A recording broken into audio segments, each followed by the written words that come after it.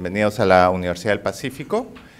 Es un honor para mí dar unas palabras de apertura en nombre de la universidad, saludar la presencia del Ministro de Economía y Finanzas del Perú, doctor Alonso Segura, del representante del Banco Mundial, director del Banco Mundial para Bolivia, Chile, Ecuador, Perú y Venezuela, ingeniero Alberto Rodríguez. Nos acompaña en la mesa Renos Bakis, conocido economista del Banco Mundial entre nosotros, que va a ser parte de la presentación. Ana Frutero no está en este momento porque está en una entrevista en RPP sobre el tema, así que vamos avanzando for the sake of time, como se diría, para que esta mañana sea provechosa para todos y igual les permita, después de esto, ir a trabajar sin problemas. Espero que el desayuno haya estado razonable, para que duren 1 hora y media, algo así de presentación de este interesantísimo reporte. Como saben, este reporte se titula Mente, Sociedad y Conducta. Y estos reportes del Banco Mundial son realmente emblemáticos, van como 34 de ellos, empezaron en el año 78, y para los que nos dedicamos al tema de desarrollo económico y social, son realmente una fuente de consulta invalorable. Recuerdo el del 90 de pobreza, luego el del 2000-2001 atacando la pobreza, se han convertido en grandes fuentes de consulta y de análisis y discusión de políticas. En este caso están entrando a un tema que por lo demás es novedosísimo e involucra no solo a economistas, sino psicólogos, neurocientíficos, sociólogos, antropólogos, ¿no? Y va a ser todo un reto para el banco y para los países incorporar este tipo de equipos multidisciplinarios. Nosotros en la universidad hemos ido metiendo un poquito el tema, porque sí, realmente si uno ve los journals, este tipo de investigaciones están en boga ya desde hace varios años. De hecho, Kahneman ganó el Nobel de Economía hace unos años por sus contribuciones en este tema. Nosotros como universidad empezamos trayendo a Dan Ariely, que es un famoso psicólogo conductual, y recuerdo de él el famoso paper que muestra cómo en una parte de los países europeos la tasa de donación de órganos luego de morir es bien baja y en otra es bien alta. Y la explicación es simplemente el formato de la pregunta que se hace, ¿no? Y esto es uno de los temas que van a desarrollar los colegas acá en la mesa, cómo hay formas de frasear las preguntas, porque hay un tema de pensamiento y acción automática, hay pensamiento social, hay pensamiento basado en modelos mentales, todas estas contribuciones novedosas que ya han estado en la discusión académica, el banco trata de ponerlas a disposición para la política pública, ¿no? Y en ese sentido también las contribuciones de Andrei Schleifer en la parte de finanzas conductuales han sido importantes. Él estuvo acá hace unos años con nosotros. Dean Karlan, Banerjee, cuando presentó su libro de Poor Economics. Entonces son temas que ya la academia los ha estado incorporando. Acá en la Universidad Francisco Galarza, que va a estar como parte de los comentaristas, y Jürgen Schult han estado haciendo algunos trabajos al respecto. He leído el resumen del documento y realmente es muy motivador. Hay muchas cosas que se pueden hacer para complementar políticas con este enfoque. Uno de los que más me impresionó fue cómo en los incentivos para el rendimiento de los maestros, en vez de ponerlo como un incentivo positivo, no de un bono, cómo ponerlo en términos negativos, más bien como una penalización, trae más efectos. Esto se ha comprobado en escuelas de Chicago y otros sitios, que tendrían más impacto en el rendimiento estudiantil y en el esfuerzo que hacen los profesores por mejorar la educación, que en el caso tradicional de bonos por rendimiento. Así como esta, hay múltiples contribuciones en este tema, y les quería comentar que estamos, por lo demás, agradecidos y orgullosos de ser la sede de la presentación para el Perú de este documento. Nuevamente, muchas gracias por venir y le doy paso ahora a las palabras al ministro Segura, quien va a dar algunas palabras de apertura. Muchas gracias. Perdón, ¿quién falta? ¿Alberto primero? Sí. Ah, perdón, por temas de protocolo. Primero viene Alberto. Muy buenos días, señor ministro Alonso Segura, señor Juan Pablo Silva, viceministro de Gestión Institucional del Ministerio de Educación, señor Gustavo Llamada, decano de la Facultad de Economía de esta universidad, Tania Quispe, superintendente de SUNAT, Fidel Jaramillo, representante del BID en Perú, colegas investigadores del Banco Mundial y asistentes a este evento. La verdad es que lo primero que quiero decir es expresar un enorme agradecimiento a la Universidad del Pacífico por invitarnos, por ser la sede de este primer evento del rumbo a Lima, del Road to Lima.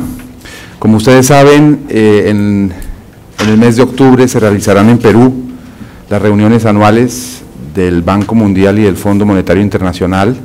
Por primera vez que estas reuniones vienen a Latinoamérica desde 1967, cuando sucedieron en Río de Janeiro.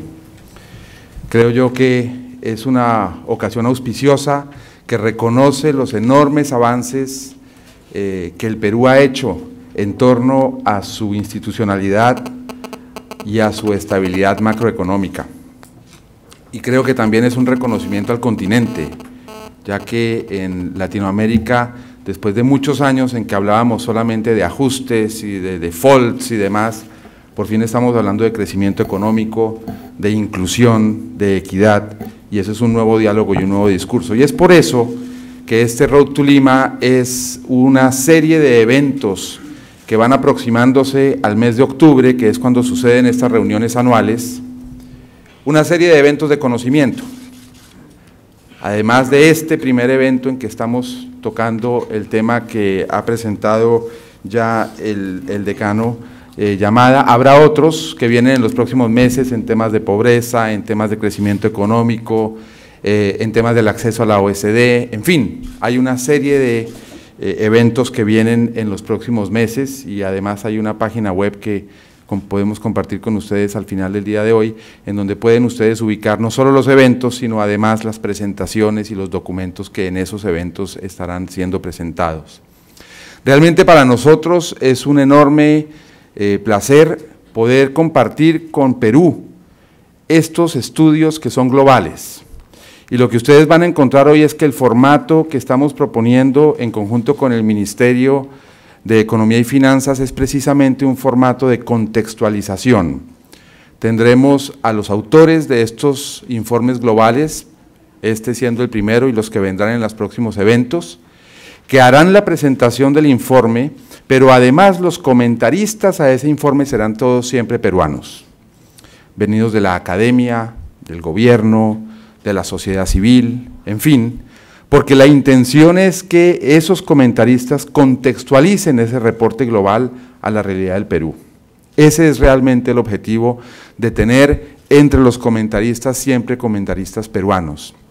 Estos estudios pues proponen ideas, extraen evidencia y las presentan, pero en el fondo esa evidencia tiene que ser aplicada, entendida en un contexto particular de un país, su realidad de mediano y de corto plazo, su visión de mundo hacia adelante y por supuesto los desafíos propios de ese país en particular.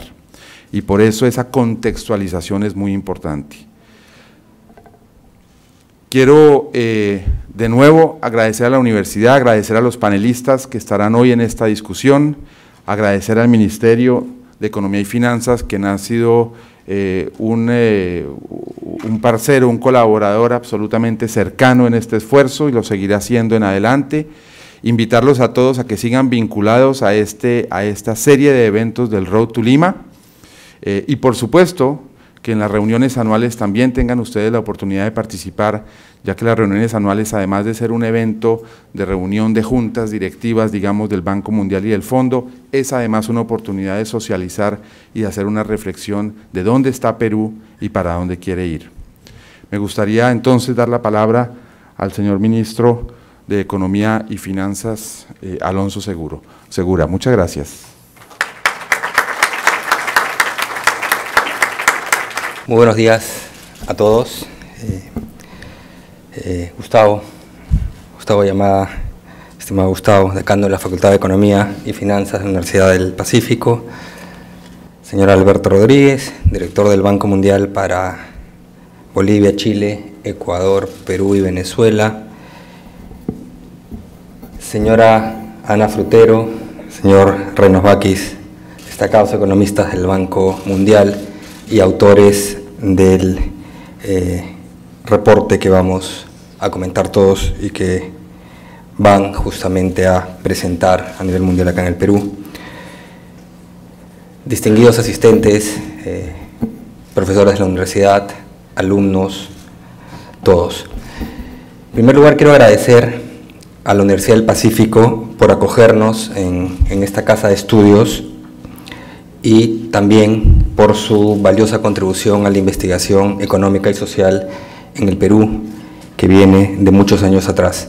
Yo creo que es indiscutible que la Universidad del Pacífico está entre las instituciones líderes en investigación en un país que, si algo requiere, es bastante más investigación. Es para mí un honor darles la bienvenida a este importante evento que es coorganizado con el Banco Mundial y, como ya señaló Alberto, es parte de la iniciativa llamada Road to Lima, o la ruta hacia Lima, con motivo de las reuniones anuales del Grupo del Banco Mundial y el Fondo Monetario que se van a organizar en Lima en octubre de este año, por primera vez en casi 50 años. Ser anfitriones de la Junta de Gobernadores del Banco Mundial y del Grupo del Banco Mundial y del Fondo Monetario es claramente un honor para el Perú, pero creemos además que va a ser un motivo para poder tener a lo largo de todo este año una serie de seminarios, conferencias internacionales, presentación de estudios como este, que se realicen en coordinación con el Grupo del Banco Mundial y con el Fondo Monetario Internacional. ¿Qué buscamos con la organización de este Road to Lima? Justamente que el Perú se vuelva un foco a nivel mundial, a nivel de la región, de análisis de temas económicos relevantes, no solo para el país, sino para toda América Latina y, como ya dije antes, también a nivel mundial. Vamos a recibir durante este año en distintos eventos una serie de importantes aportes de reconocidos investigadores, profesores, analistas económicos, autoridades públicas, no solo del Perú, no solo del Banco Mundial y del Fondo Monetario, sino de distintos otros países e instituciones que nos van a permitir hacer una reflexión de manera técnica sobre distintos aspectos que son fundamentales para países como el Perú: crecimiento, desarrollo económico, inclusión social, inclusión financiera, acceso a la Organización para la Cooperación y Desarrollo Económico, algo que esperamos se vuelva una aspiración de Estado. Ya iniciamos, como ustedes sabrán, la semana pasada formalmente los trabajos técnicos como parte del programa País que se firmó en diciembre del año pasado con la OCDE y que esperamos culmine hacia el Bicentenario en un acceso hacia esta organización de países que buscan la excelencia en términos de políticas públicas y gobernanza pública. Y otros temas, equidad y oportunidades, entre otros. La presentación de hoy se enmarca como parte de esa agenda e inaugura las actividades del presente año dentro de esta iniciativa del Road to Lima. Como acaba de mencionar el señor Alberto Rodríguez, hoy se presenta el informe sobre el desarrollo mundial 2015, Mente, Sociedad y Conducta, de la mano de los autores Ana Frutero y Renos Bakis, quienes son expertos en temas de pobreza, género, desarrollo rural, economía conductual, entre otros, y que tienen amplia experiencia en temas en proyectos sociales, en particular en países como el Perú, en América Latina, en Asia, entre otros. Esta investigación sobre la economía del comportamiento y su vinculación al desarrollo económico, que tiene sus orígenes, como ya señaló Gustavo, en los estudios de economía del comportamiento de los que vienen de los años 70, realizados por Kahneman, quien luego fue galardonado con el Nobel, y Tversky, justamente buscan brindar un marco conceptual y proveer de instrumentos que permitan contribuir a rediseñar las políticas públicas, las políticas de desarrollo, a partir de consideraciones minuciosas de los factores humanos que inciden en estas decisiones, procesos de la mente, influencias de la sociedad y conducta. En particular, el marco conceptual se basa en 3 principios: pensamiento automático, pensamiento social y pensamiento basado en marcos mentales.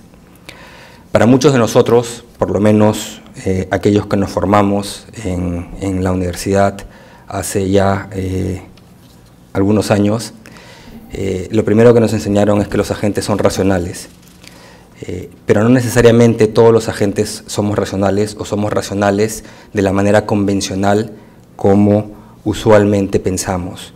Hay muchos factores humanos, muchos condicionantes sociales que influyen en la manera de pensar y en la toma de decisiones de los agentes, y por tanto es importante que estas conductas sean incorporadas en las políticas públicas de manera que puedan ser efectivas y puedan ser eficaces.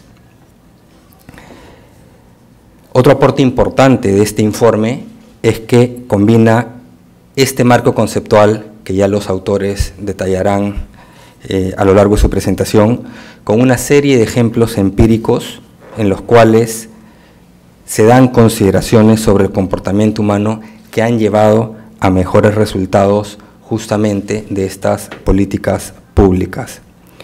Lo valioso que van a ver en el estudio, en el informe, es que a través de estos ejemplos prácticos se evidencia que estas recomendaciones de política pública basadas en estos enfoques de comportamiento no son complejos en su implementación y pueden ser efectivos tanto en el corto plazo como en el mediano y largo plazo. El desafío, evidentemente, es saber cuándo se puede utilizar un marco conceptual de esta naturaleza que no resulte en ineficiencias por la demora en evaluar los posibles factores que afectan la conducta humana. Es decir, no nos quedemos sobreexaminando cuáles son estos factores que pueden incidir en los comportamientos de los agentes. Por eso, en la presentación, en el informe, el análisis de ejemplos prácticos es fundamental para entender también la potencia de un marco conceptual de esta naturaleza. En la práctica, las autoridades del Perú, en los últimos años, y no me refiero solo a este gobierno, sino ya en los últimos 20 años, y cada vez con mayor incidencia, hemos venido implementando políticas que quizás no de manera explícita, pero sí de manera implícita, han venido aplicando principios que se derivan de un marco conceptual como el que presenta acá el Banco Mundial. Son una serie de instrumentos, una serie de programas que se han venido implementando, que podemos mencionar y que han venido modificando los comportamientos tanto de funcionarios públicos como de los actores de las poblaciones a las cuales se destinan estos programas. Programas de simplificación administrativa, los programas o herramientas de gestión por resultados, incluyendo aquellos de incentivos municipales, mecanismos de fondos concursables como el FONIPREL, las experiencias y los programas que hay en experiencias de microfinanzas, la aplicación y la gestión de los programas sociales, los programas de gestión educativa. Acá está el viceministro de Educación, Juan Pablo Silva, quien quizás les comente algo de eso también esta mañana. y una serie de otros programas que claramente introducen herramientas que buscan generar incentivos y modificar comportamientos. Y como dije hace un momento, lo importante es que no solo buscan modificar comportamientos en las poblaciones objetivo, cuyos indicadores queremos mejorar, sino también en los comportamientos de los funcionarios públicos, y eso es fundamental. En particular, cuando queremos mejorar además la interrelación entre los distintos niveles de gobierno. En muchos de estos casos hemos encontrado y hemos logrado importantes cambios de conductas que han evidentemente redundado en la mejora y la eficacia de estos programas y en la obtención de resultados para las poblaciones objetivos que reciben estos servicios públicos. Es por ello que tenemos un compromiso con continuar también mejorando la calidad de estos programas, porque es un camino fundamental para seguir mejorando la calidad en la provisión de los servicios públicos para todos los peruanos. Queremos entonces agradecer al Banco Mundial por este informe, por venir a presentarlo acá a Lima y por ayudarnos con estas herramientas importantes para estructurar mejor, en muchos casos, los marcos de nuestras políticas públicas. Reitero mi agradecimiento a los organizadores, a los participantes de este evento y la Universidad del Pacífico, y los dejo ahora con la presentación del Informe del Desarrollo Mundial 2015. No sin antes comentarles acá a los alumnos de esta universidad que tienen una gran suerte, porque el marco de estudios, presentaciones, foros que vamos a ver acá en el Perú a lo largo de este 2015, con motivo de las reuniones anuales del Fondo del Banco Mundial, les va a traer a ustedes expositores de talla mundial y espero sepan aprovecharlo. Muchísimas gracias.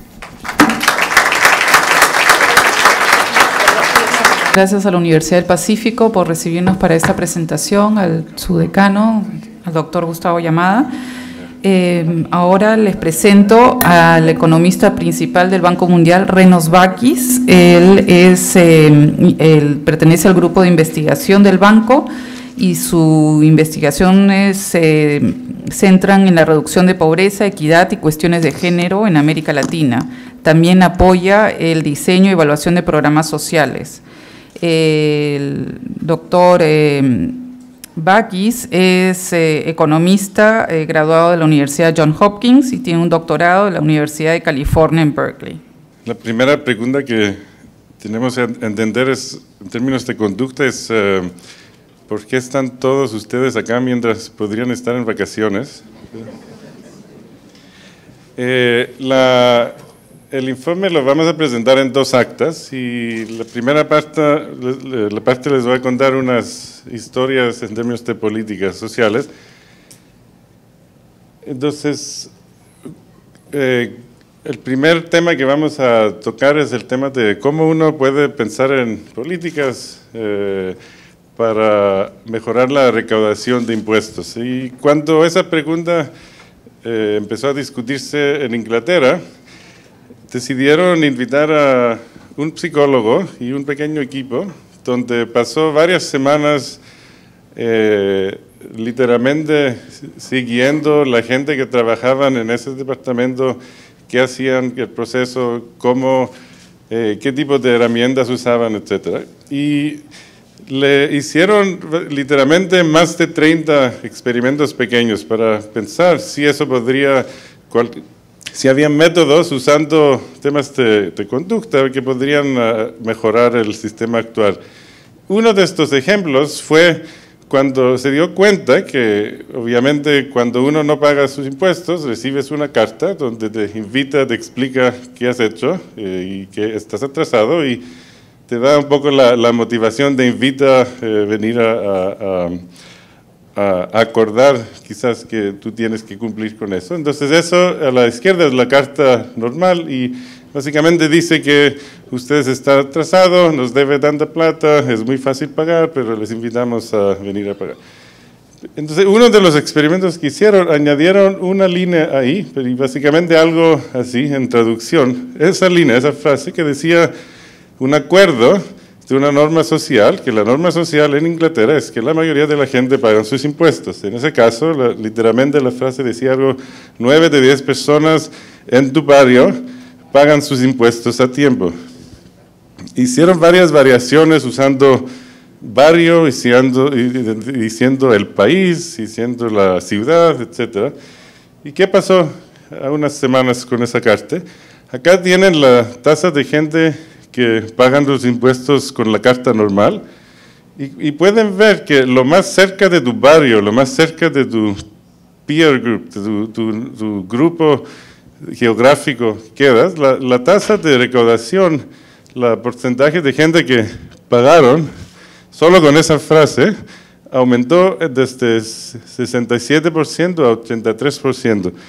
Eso es como 15 puntos porcentuales, solo por una frase que básicamente, literalmente costó casi cero, porque la carta ya estaba en el sistema, estaba para enviar, solo añadir esa carta. ¿Y qué pasó? Si uno hace un cálculo a ver cuánta plata eso podría haber llegado si uno expandía toda esa carta a todo el país, podrías llegar en 160 millones de libras en 6 semanas, solo añadiendo esa frase. Ahora uno puede pensar, bueno, eso es súper fancy, quizás el arte, etcétera, no puede funcionar en otros lugares del mundo porque todos somos distintos y especiales y diferentes.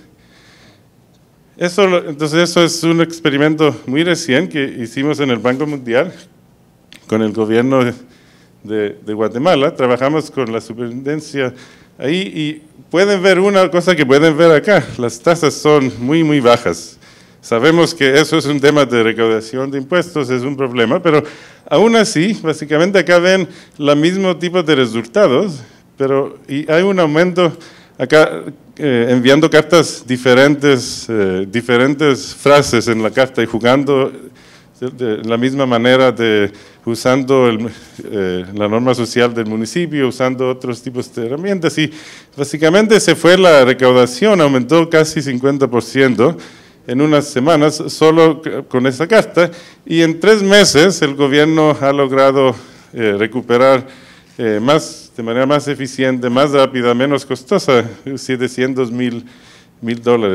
Ahí lo que pasó algo interesante en Guatemala es el hecho que no solo en el análisis que hicieron, no solo recaudaron más rápido y más eficiente estos fondos, pero también gente que nunca habían pagado sus impuestos ahora están entrando en el sistema, solo por sentirse literalmente más responsable de su responsabilidad, porque ahora saben que la norma social, incluso en Guatemala, es que hay que pagar los impuestos de uno. La segunda meta, el segundo problema es pensar cómo uno puede pensar en términos de ahorros de energía. En ese caso vamos a hablar de agua. En 1997, vamos casi unos 20 años atrás, había un derrumbe en el sistema, un derrumbe donde afectó la distribución de agua en la ciudad de Bogotá, y como la alcaldía lo que hizo, obviamente tenía que tomarlo a full para resolver el problema, entonces hicieron una campaña de información, y la énfasis ahí era pidiendo a los ciudadanos, por favor, ahorren agua, es muy importante, si no ahorran agua nos vamos a quedar en 3 meses sin agua. Y obviamente cuando dices a alguien así, ¿qué es la cosa más típica que vas a hacer? Te pones en pánico, dices, necesito mi agua, todos corren a buscar agua. Entonces en como una semana, básicamente aumentó el uso de agua en la ciudad. Entonces dijeron, bueno, eso quizás es mala estrategia. Entonces, por varias razones, el alcalde Mockus, tenía una mente bien interesante, decía muchas cosas y podemos hablar de otras experiencias de él, pero lo que empezaron a hacer ellos, empezaron a adivinar algunas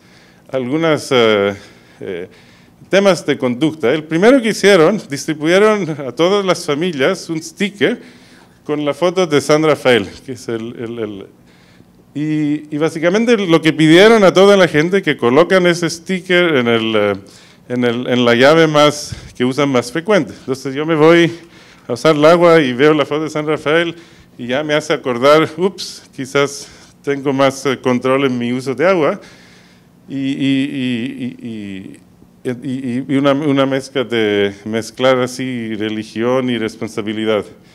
¿Qué más hicieron? Cada día en el diario, los diarios publicaban dónde estaba la ciudad en términos de su uso de agua, dónde estaban las obras del Estado, del municipio, para reconstruir el impacto que hizo el derrumbe. Empezaron a publicar fotos, literalmente daban premios a la gente, un póster que decía: felicidades, tú eres uno de nuestros campeones de ahorro de agua. Y empezaron a publicar eso en periódicos, en la tele, y empezaron a mostrar a la gente que sí es factible y todos tenemos la meta y todos podemos, y todos queremos ser quizás como esta gente, la señora Margarita, que es una buena usadora de agua. Además, cada día empezaron a publicar otros campeones y qué hacían ellos como estrategias, qué planes hacían, qué usaban como trucos para ahorrar agua. Entonces algunos decían, bueno, yo no lavo mi carro cada día, etc. No solo eso, el mismo alcalde sacó un spot en la tele duchando en la ducha, literalmente duchando y mostrando cómo se podía hacer ducha, primero usando la llave, después cerrando, haciendo jabón, etc., para ver cómo podrías ahorrar agua. Y no solo eso, lo hizo con su esposa en el spot.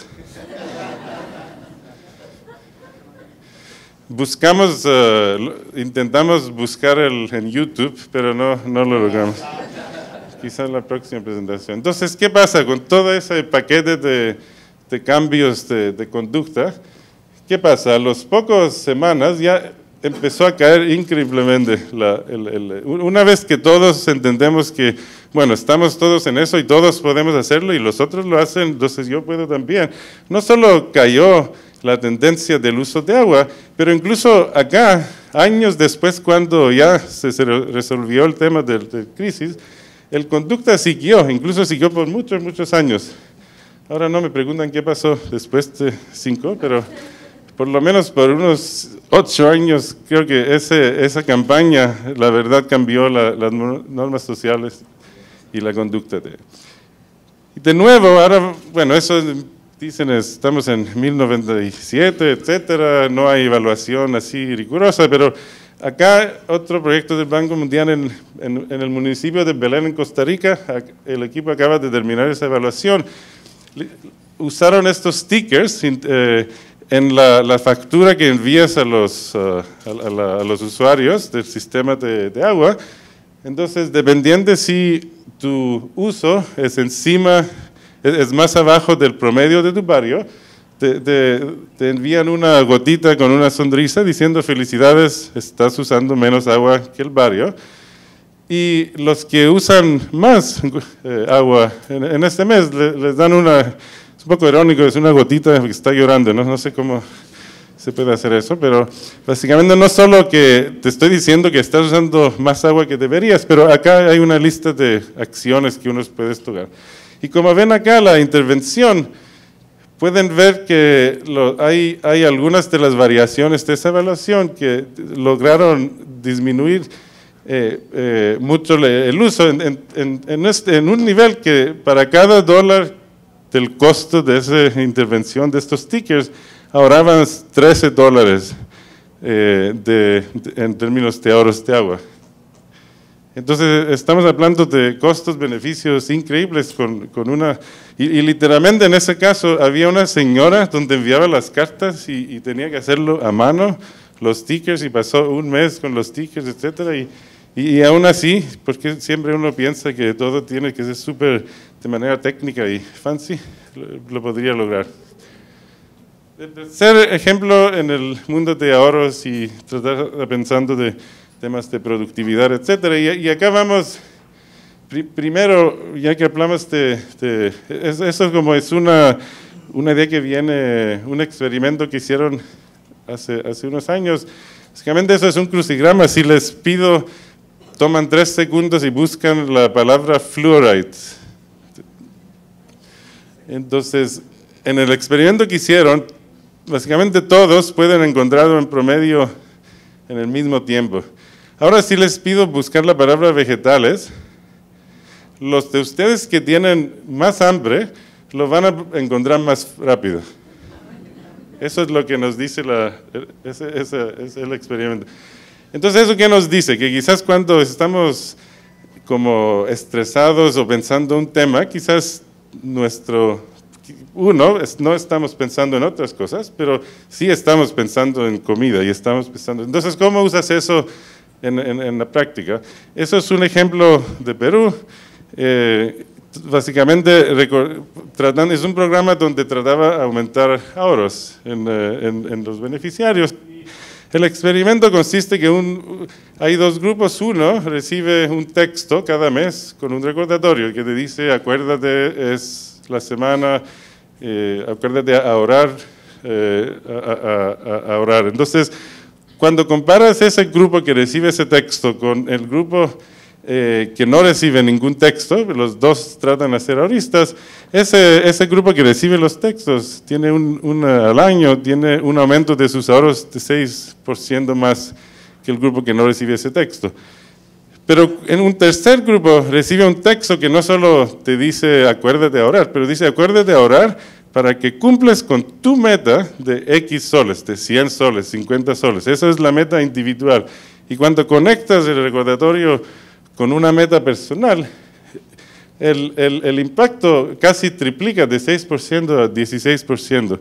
Y acuérdense, ahora estamos hablando de un texto que cuesta, no sé, un par de soles, un par de centavos de sol. Entonces, añadiendo algo tan sencillo como un recordatorio, estamos teniendo un impacto de ahorros de una magnitud tan grande. Ahora, hablamos otro ejemplo en temas de mejoras de nutrición. Hay 2 tipos de mejoras. Voy a hablar ya que en el tema, hay un tema de mala nutrición, pensando que, especialmente en un contexto de alta urbanización, que a veces quizás comemos más que deberíamos. Entonces, ¿cómo puede en la práctica, como política social, meter eso? Entonces, hay un experimento. Acá es un experimento con restaurantes. No se preocupen por los detalles, es un menú, básicamente. Y básicamente entras en un restaurante y de manera aleatoria te dan otro menú. El primer menú es literalmente un menú con los detalles, las entradas, etc. El segundo menú es el mismo menú, la única diferencia, al lado de cada uno de los platos te dice cuántas calorías tiene ese plato. El tercer variación no solo tiene las calorías, pero te doy un recordatorio que la recomendación del Estado, de los Estados Unidos en general, es que tienes que comer 2.000 calorías al día. Entonces, ¿qué creen que va a pasar con esta gente? ¿Cómo van a pasar la noche? Bueno, piensan sus expectativas. Bueno, entonces, ¿qué pasa? Eso es las calorías por cada uno de los 3 grupos de qué piden, qué ordenan. Y como pueden ver, los 2 grupos que tienen más información de calorías o calorías y metas, comen alrededor de 250 calorías menos, ordenan 250 calorías menos. Esa diferencia es muy significativa comparado con los que no tienen ninguna información. También midieron qué comen después. Y es interesante porque uno come mucho menos que lo que piden, entonces ahí hay un desperdicio, si quieren empezar de waste, de desperdicio. Pero también sí que la idea que básicamente los 2 grupos que tienen más información comen menos comparado con el grupo que no tiene la información. Entonces hasta ahora dices, bueno, las 2 variaciones espectaculares funcionan, lo único que tenía es la tinta para imprimir esta nueva información. Pero ¿qué pasa? Después la gente va a su casa y ven tele, descansan, etc. Y el segundo grupo come más snacks que los otros 2 grupos.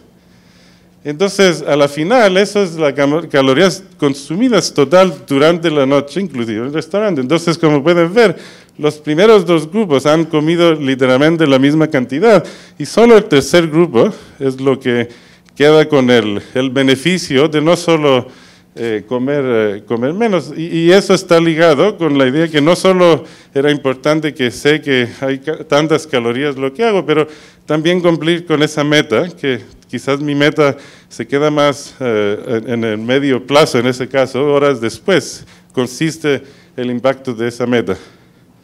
Entonces uno puede pensar con modificaciones muy distintas en menús, en los labels que existen, que hay una industria de pensar cómo hacer los labels de productos que venden. Y bueno, voy a terminar con menos ejemplos, pero más una reflexión de cómo parte de eso también nos puede pensar en la meta de metas, ¿no? Que es eliminar la pobreza. Y un poco la idea acá es el tema que uno piensa en conducta y especialmente nosotros como economistas, nuestros modelos siempre son fantásticos y así en que todos como hablaban, pensamos sin pensar que hay un contexto que afecta la conducta y eso es un ejemplo de cómo eso pasa. Entonces, eso es un experimento de gente con bajos recursos y con gente de altos recursos y les están dando una prueba cognitiva. Básicamente es una prueba de 10-15 minutos y la variación de hard y easy, de difícil y fácil, básicamente haces un juego antes donde tratas a estresar a la persona. Y los detalles quizás no importan tanto, pero lo importante es entender los resultados. Entonces, a las personas que son con mayores recursos, la verdad no importa si les estresas mucho menos, ellos pueden cumplir con el objetivo de hacer esa prueba. No hay diferencias en el puntaje que logran en esa prueba. Incluso la gente de recursos más bajos, incluso cuando no les estresas tanto y ya pueden concentrar en ese problema, también puede hacer el mismo desempeño en esa prueba. Pero lo que pasa cuando ves la gente de pocos recursos, cuando empiezas a estresarlos, se desconcentran y empiezan a pensar en otros temas. La cortisol sube y cuando sube la cortisol hace muchas cosas y entre eso te desconcentra y esa gente les va mucho peor en ese examen. Entonces, esa brecha acá, la pregunta es, en un contexto de pobreza, ¿cómo podemos mejorarla?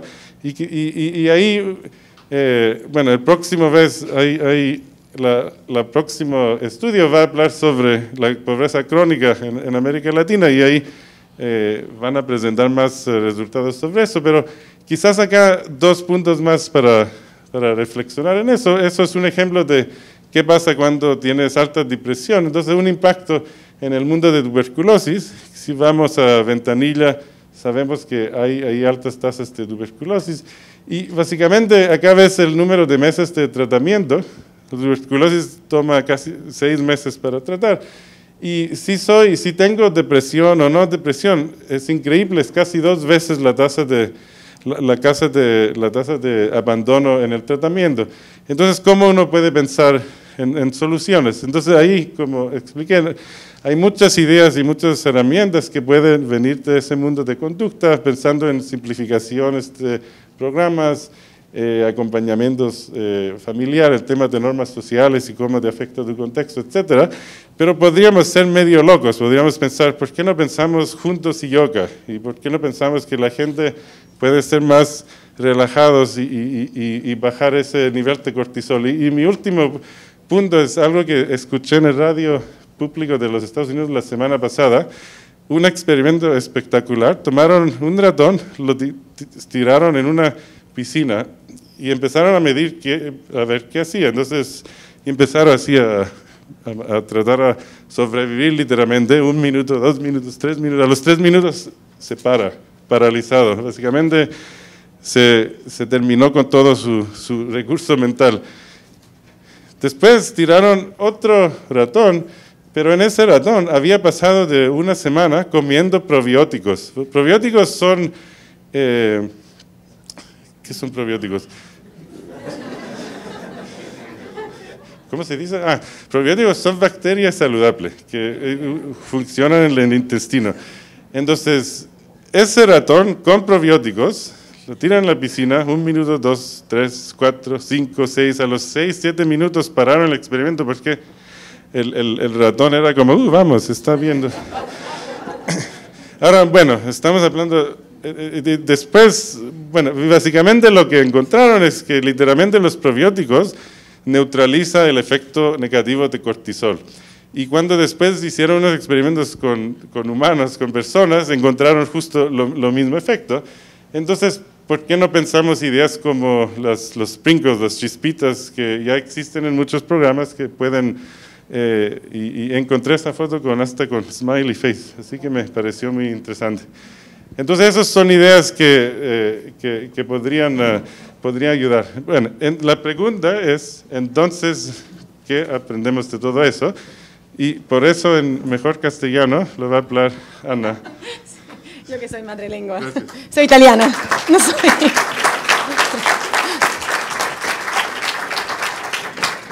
Bueno, mi castellano no va a ser nada mejor. Muchas gracias, es un placer estar aquí. Es mi primera vez en el Perú, pero tengo muchos amigos. Conocía mucho de la cultura, sobre todo mi modelo mental sobre la comida. Era muy exigente, pero solo he estado un día aquí y he comprobado que mi modelo mental es correcto. Está riquísima. Y así que bueno, voy a hablar un poco más en detalle de lo que hacemos en el reporte. Ya el decano Yamada mencionó cómo es una de las principales publicaciones del Banco Mundial, se hace desde 1978 y normalmente es un análisis profundo de algunos diferentes aspectos de desarrollo. Y se tiene un equipo dentro del banco que durante un año trabaja específicamente sobre este tema. Ahora bien, ¿qué es diferente? ¿Por qué este reporte es un poco diferente de los antecedentes? Primero, porque no es sobre un tema de desarrollo como agricultura, como jobs, trabajo, pero es sobre una metodología. Además, la evidencia que se tiene en el reporte sobre países de bajo y mediano ingreso, hay evidencia, pero es creciente. Aún sí, todavía hay mucha de esa evidencia que viene de países a alto ingreso.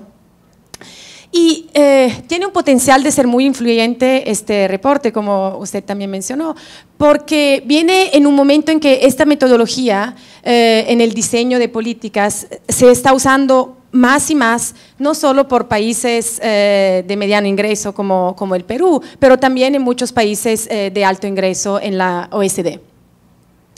Entonces, la pregunta básica y lo que el reporte quiere hacer es: ¿cómo se puede mejorar la efectividad de políticas públicas? Al fin y al cabo es cómo muchos de estos experimentos, esos ejemplos de cómo se determina la conducta de los individuos puede llevarnos a tener políticas públicas más eficaces. Primero que todo hay que darse cuenta que detrás de cada política hay un supuesto sobre por qué la gente se porta como se porta. O sea, cualquier política, cualquier programa que se tenga, detrás de este programa, la razón por qué se diseñó de una cierta forma es porque pensamos que los individuos se están portando por una cierta razón. Si tenemos un supuesto incorrecto, entonces si estamos equivocados en cuál es la razón por qué los individuos se portan de esa forma, entonces también el tipo de política que vamos a diseñar va a ser ineficaz. Entonces, la economía estándar, que asume que los individuos siempre toman decisiones de forma deliberada, mirando a todos los costos y los beneficios, nos da resultados muy buenos, podemos diseñar políticas muy eficaces. Pero hay algunos tipos de comportamiento que con estos modelos estándar de economía son un poco difíciles de explicar. Les doy un ejemplo. Si usted quiere comprar un cepillo y ve el costo es de 10 soles más 10% de impuestos. Esto es la forma en que, por ejemplo, usted lo vería en una tienda en Estados Unidos. Después hay otra opción, que es la que pasa en mi país, yo soy de Italia. En las tiendas el costo de los bienes es dado en su integridad, incluye el impuesto. Entonces, en estos dos casos, el costo del cepillo es igual, 11 soles. Del punto de vista de un economista, no importa la forma en que usted presenta el precio, lo importante es el precio final, porque ese es el que determina el poder de adquisición que yo tengo dado mi ingreso. Hicieron un experimento en Estados Unidos donde en varias tiendas presentaron, entonces, como decía, en Estados Unidos normalmente es expresado como arriba, precio más impuesto. Y hicieron ese experimento donde en Estados Unidos presentaron el precio inclusive del impuesto y miraron cómo cuando se tiene el precio que incluye, es el total del precio más los impuestos, la demanda de bienes se ve reducida del 8%. Entonces, algo que del punto de vista de un economista estándar no tendría que tener ningún efecto sobre la demanda, tiene un efecto. Y la verdad que para mí es muy evidente que algo pasa, porque a pesar de ser más que 10 años que vivo en Estados Unidos, cada vez que voy en una tienda y veo el precio, voy cuando pago y digo, ¿por qué es más alto? Porque en mi mente yo todavía estoy acostumbrada a pensar el precio en el total. Entonces, no, la verdad no me sorprendió tanto este resultado, pero del punto de vista de modelos económicos, eso sí es algo que sorprende. Entonces, en el reporte, lo que queremos de una cierta forma desempacar son estos tipos de comportamiento que son difíciles de explicar de un punto de vista de economía estándar. Entonces, en el reporte identificamos 3 principios que identifica 3 formas en que la conducta de los individuos se ve afectada de forma que vale la pena considerar. El primero nos dice que el pensamiento que tenemos es automático y no deliberativo, en muchos casos. Entonces, los individuos tenemos recursos cognitivos limitados. Entonces, en economía siempre pensamos a los limitados recursos monetarios, pero también hay otros tipos de recursos que son limitados, que son los cognitivos. Entonces, por ahorrar esos recursos, nuestra mente toma decisiones muchas veces de forma automática. Tomamos miles de decisiones en cada día y muchas de estas las hacemos sin darnos cuenta que estamos tomando una decisión. Entonces, eso es lo que hablamos de forma automática. Usamos muchos atajos mentales y reglas de oro para saber cómo portarnos. Y también lo que acontece es que no siempre nuestras acciones siguen las intenciones. Como decía Renos, muchas veces queremos comer menos, pero no comemos. Queremos ir más al gimnasio, pero no llegamos. Hay una brecha entre intención y acción. Y ahora les muestro un ejemplo que el decano estuvo mencionando. Entonces, si miramos al porcentaje de donantes de órganos, aquí lo que quiero decir es, si miramos al porcentaje de personas en un país que tienen en su carnet de conducir, en su tarjeta de conducir, si son donantes o no. No necesariamente que han donado órganos, cuántos son los donadores de órganos, pero cuántos son los que dicen sí, se declaran donadores de órganos. Vemos que en Austria hay el 99,98% de personas que declaran que quieren ser donantes de órganos. Ahora, Alemania, que ustedes ven ahí, es un país muy cercano a Austria, tienen la misma lengua, tienen una historia bastante parecida. Entonces, ¿cuánto creen que será la cantidad el porcentaje de donantes de órganos en este país? Usted piénselo, y ahora les muestro. 12%. La verdad es que es tremenda diferencia. Son 2 países que, si no hay austríacos o alemanes, porque se van a ofender, pero son muy parecidos, son casi indistinguibles. Entonces, ¿por qué hay tanta diferencia? Entonces, La diferencia clave, sí, eso, de hecho, dicho por una italiana, disculpe, por favor, nadie diga nada. Entonces, no, pero lo que quiero decir es que claramente es una diferencia que llama mucho la atención. Es muy difícil explicarlo con factores culturales y posición hacia el altruismo.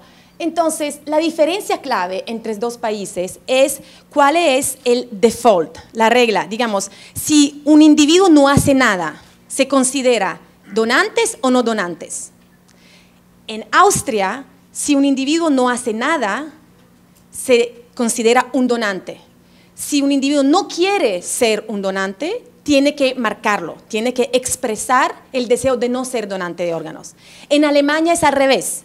En Alemania, si un individuo no hace nada, no es donantes. Para ser donantes, usted tiene que marcar en un formulario. En Estados Unidos, por ejemplo, sigue la misma regla que Alemania. Entonces, cuando usted tiene que llenar todo el formulario para la tarjeta para conducir, tiene que marcar si quiere ser donante. Si no marca nada, no es donantes. Entonces, ustedes verán cómo en este gráfico muestra varios países en Europa. Los que son en azul, la barra en azul, son todos los países donde si no se hace nada, uno es donante, y los amarillo, para ser donante, tiene que hacer algo. Entonces se ve esta gran diferencia. Eso captura esta idea que en ese momento, obviamente es algo que uno poco hace de forma automática, va con lo que es el default. No es que está verdaderamente pensando a todos los costos-beneficios, sino no se explicaría esta diferencia tan grande entre estos países. Principio 2. Pensamiento mental. Los individuos somos sociales, vivimos con otras personas, somos afectados por lo que las otras personas piensan y hacen. Entonces, nuestra conducta se ve influenciada por las expectativas de las demás alrededor de nosotros.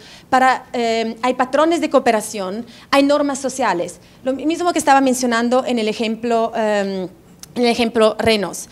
Entonces, darse cuenta de cómo nuestro comportamiento también se ve afectado por esto, por lo que los otros piensan y hacen, es muy relevante.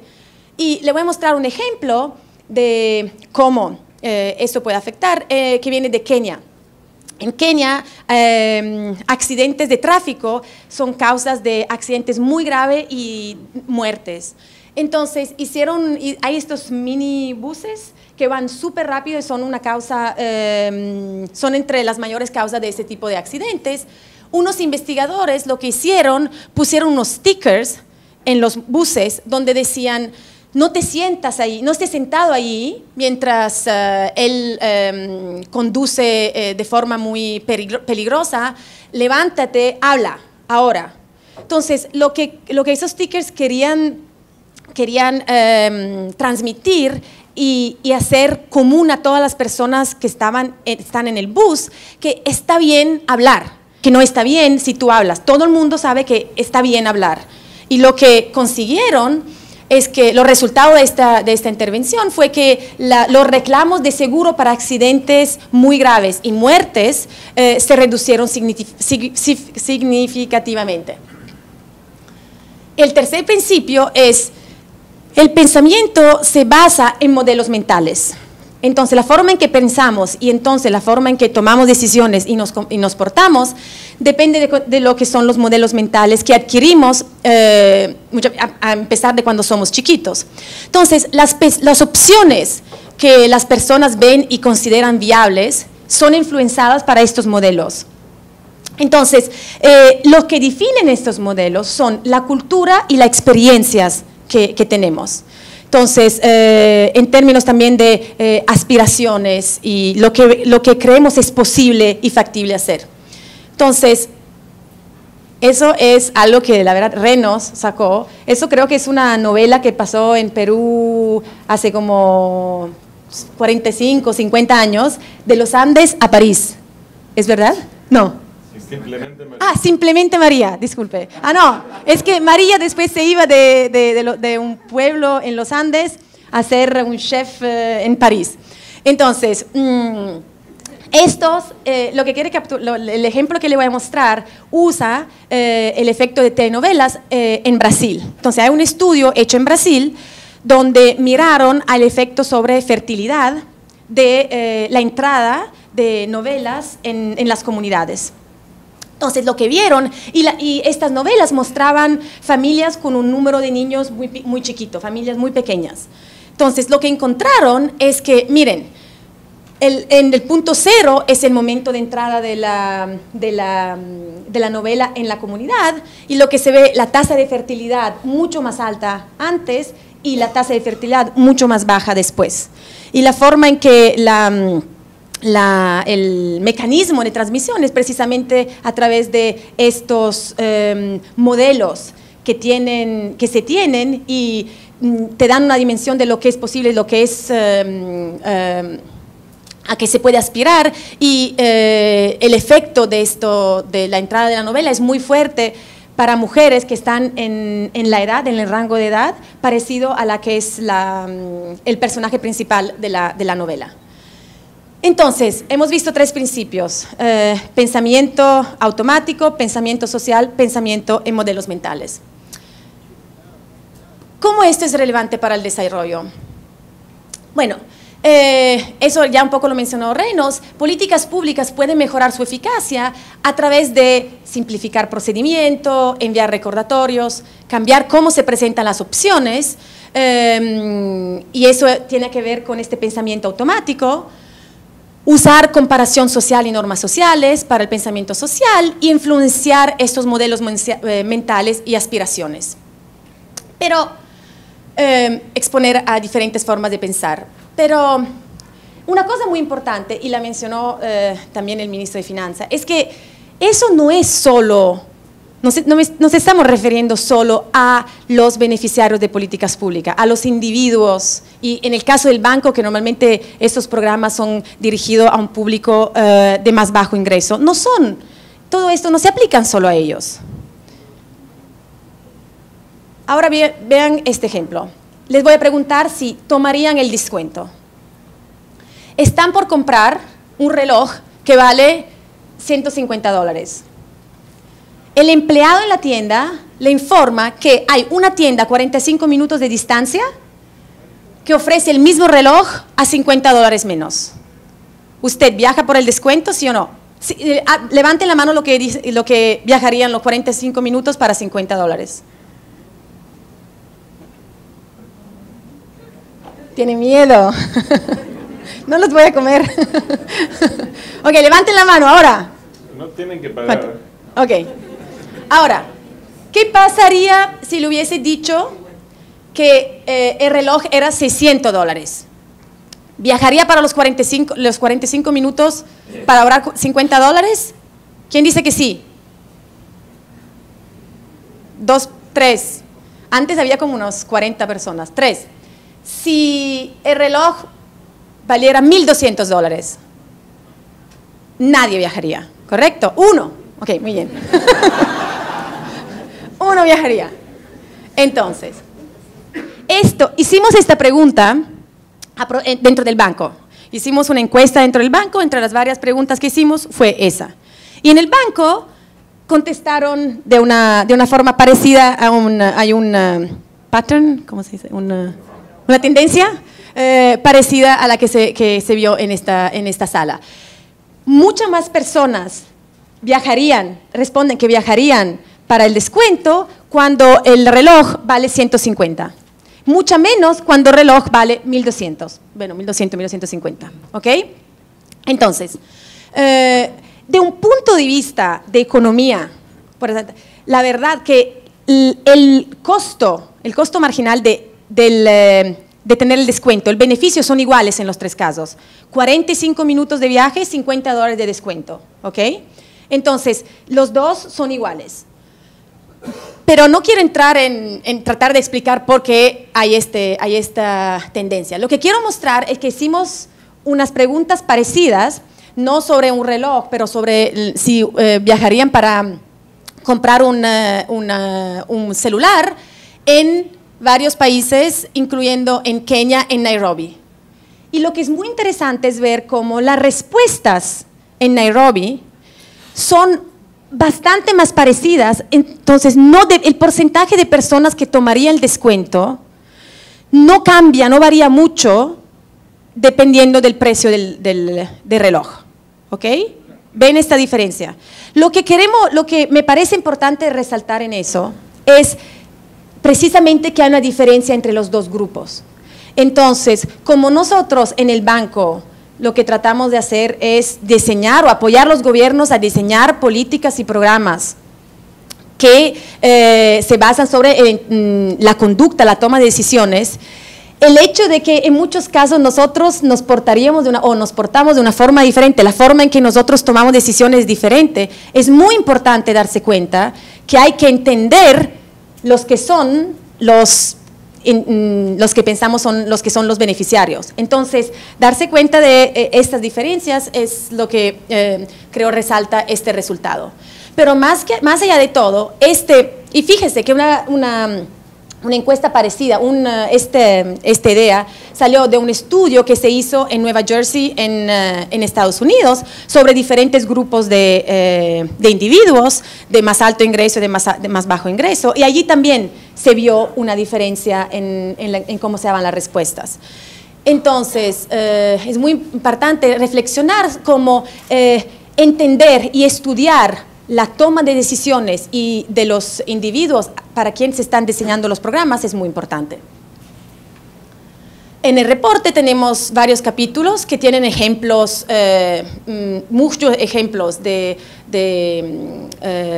dan mucha evidencia sobre temas de pobreza, desarrollo de primera infancia, finanzas domésticas, productividad, salud, cambio climático y también sobre los profesionales de desarrollo. Entonces tenemos un capítulo donde mostramos los resultados de esta encuesta que hicimos dentro del banco. Pero como decíamos, finalmente todo esto, del punto de vista sobre todo de una institución como el Banco Mundial, no es solo dar ejemplos que en muchos casos son también divertidos, pero tratar de entender cómo eso puede mejorar las políticas.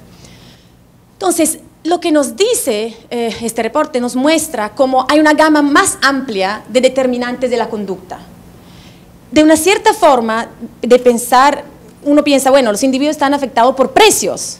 O sea, más subo el precio, más disminuye la demanda. El problema de los individuos es no tienen acceso, hay un problema de oferta. Hay un problema de información. Los individuos no hacen algo o hacen algo, digamos, incorrecto o no tan beneficioso para ellos porque no saben lo que desconocen lo que sería mejor.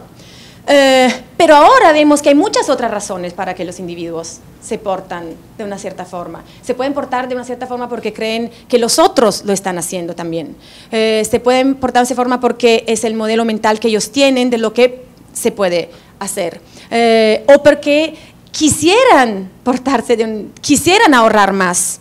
Tienen la intención de ahorrar más, pero no llegan a hacerlo. Entonces, no es tanto una cuestión de desconocimiento, pero es de cómo pasar de intención a acción. Entonces, el diagnóstico es muy importante, porque para poder diseñar una política efectiva, necesitamos entender exactamente cuál es la determinante de la conducta, y evaluación y adaptación en el sentido de que diagnosticamos lo que creemos que son las determinantes, pero después hay que evaluar si es cierto que esas son, qué impacto tienen y adaptar de lo que se aprende. Lo que es muy importante acordarse es que, fíjese, hasta aquí, de una cierta forma, nos pararíamos si no pensáramos. Yo creo que otro aspecto muy importante es darse cuenta que mucho de eso es difícil hacerlo por los que son los sesgos de los policymakers, de los profesionales del desenvolvimiento. Muchas veces el diagnóstico no lo hacemos porque creemos que ya sabemos cuál es el problema. No necesitamos hacer un diagnóstico porque ya sabemos por qué los individuos no ahorran más, porque los jóvenes no asisten a la escuela, porque no buscan trabajo. Entonces, en ese sentido, eso es un impedimento al diagnóstico. Ahora le muestro cómo se puede incorporar, cómo se incorpora este aspecto de diagnóstico de conducta, del comportamiento, en el caso de agua rural. O sea, eso es una simplificación de una serie de intervenciones que se hicieron en Kenia durante muchos años. Entonces, muchos individuos en área rural se enferman y mueren por diarrea. Diarrea es una causa muy grande de enfermedades y de muerte, sobre todo entre los niños. Ahora, la razón por qué se enferma de diarrea es por agua sucia. Entonces, se tiene agua sucia, entonces, bueno, la calidad del agua a la fuente no será buena, entonces hagamos un poco de infraestructura a la fuente para mejorar el agua que sale y que los individuos recogen. Hicieron esto, se mejoraron las fuentes y lo que se vio que es cierto, el agua saliendo de las fuentes, la calidad de esa agua mejoró mucho, pero cuando se fueron a visitar los hogares, se vio que el agua en los hogares no había mejorado tanto. El agua en los hogares, si bien mejoró un poco, pero no mejoró tanto. Entonces, eso dio a entender que, bueno, no es tanto un problema de la calidad del agua que sale de la fuente, también ese es un problema, pero hay otro problema que tiene que ver con qué pasa con el agua cuando se va de la fuente a las casas. Entonces, ahí hay un efecto muy grande de comportamiento. Entonces, hay un problema de calidad de agua al momento del uso. Entonces, los individuos toman agua, en muchos casos, limpia de la fuente y cuando la toman en la casa es sucia. ¿Por qué? Bueno, la primera cosa puede ser, quizás es un problema de que no saben por qué, cómo limpiar el agua. Tienen agua sucia y no saben que se tiene que hervir o que hay productos que pueden utilizar, como el cloro, para mejorar la calidad de agua. Entonces, si esto es lo que se piensa, hay que dar información. El otro puede ser, bueno, hay productos que pueden utilizar, pero no lo pueden comprar porque son muy caros. Entonces, se pueden dar subsidios a que los individuos puedan comprar estos bienes. Y digamos, la idea de los precios y del desconocimiento, de una cierta forma, son muy estándares en economía. Pero hay todo lo que vimos entendiendo de cuáles son otras medidas que afectan la conducta de los individuos, podemos estar pensando, bueno, la verdad que muchas veces hay este problema entre brecha, intención-acción. Entonces, muchas veces el momento en que los individuos tienen que hacer una acción, se le olvida. O sea, por ejemplo, se le da el descuento, ¿ok? Le da un cupón para que ellos vayan a comprarse el producto gratis. Pero cuando ellos van a la tienda, se le olvidó el cupón, se le olvidó en la casa. ¿Cuántas veces nos ha pasado eso en nuestras vidas? De olvidarnos algo en el momento que nos sirve y no lo tenemos. Entonces, con la prominencia, es decir, ¿cómo podemos hacer la acción de limpiar el agua, de poner el cloro en el agua más fácil, que sea mucho más, que pueda ser de una cierta forma más automática para los individuos, que no requiera un esfuerzo? Lo que hicieron fue poner unos dispensers, unos aparatos a la fuente, cerca de la fuente, donde los individuos, cuando iban a recoger el agua, simplemente podían sacar la cantidad de cloro para poner en su jarra y llevárselo a la casa ya con el cloro. Eso hacía que, antes que todo, estas fuentes también son lugares sociales. Hay mucha gente que está recogiendo agua en este momento. Eso también lo hace como una forma, utiliza este mecanismo de norma social o influencia social. Y utiliza esto, ayuda a hacerlo prominente que los individuos, en el momento en que están pensando al agua, porque la están recogiendo, también pueden tomar esta acción.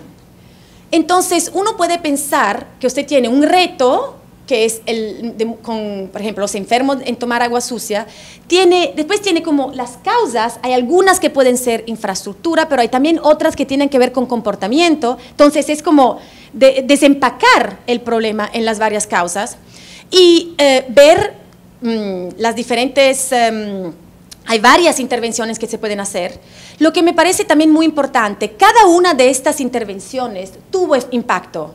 cada vez que se hizo algo, se mejoró la infraestructura, se dieron cupones gratis, se hizo provisión de campañas comunitarias de la importancia de tener agua limpia, todos tuvieron impacto, pero el dispenser en la fuente fue el que tuvo un impacto que fue más costo efectivo, tuvo más impacto y por dólar gastado en esta intervención dio resultados mucho más buenos.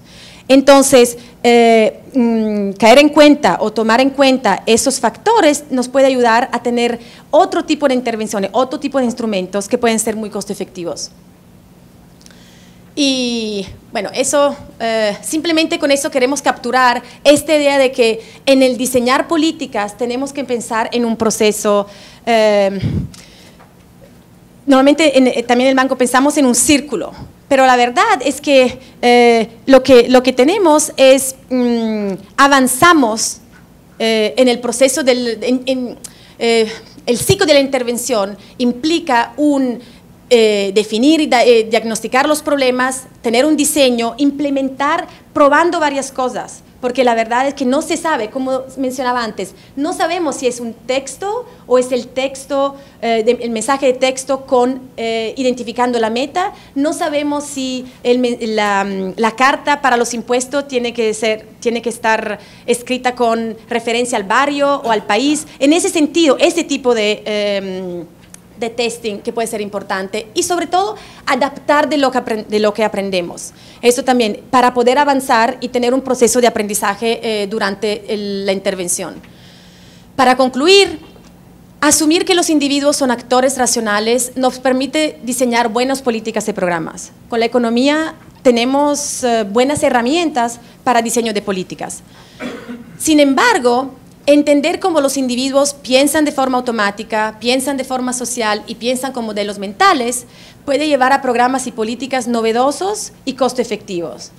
Y por si acaso, me dijeron que no hay soluciones mágicas. No es que estamos diciendo ahora con esta metodología, boom, vamos a resolver todos los problemas que tenemos y eso va a ser todo rosado. No, pero nos dan herramientas que sí pueden ayudarnos y apoyar en la mejora de políticas. Muchas gracias.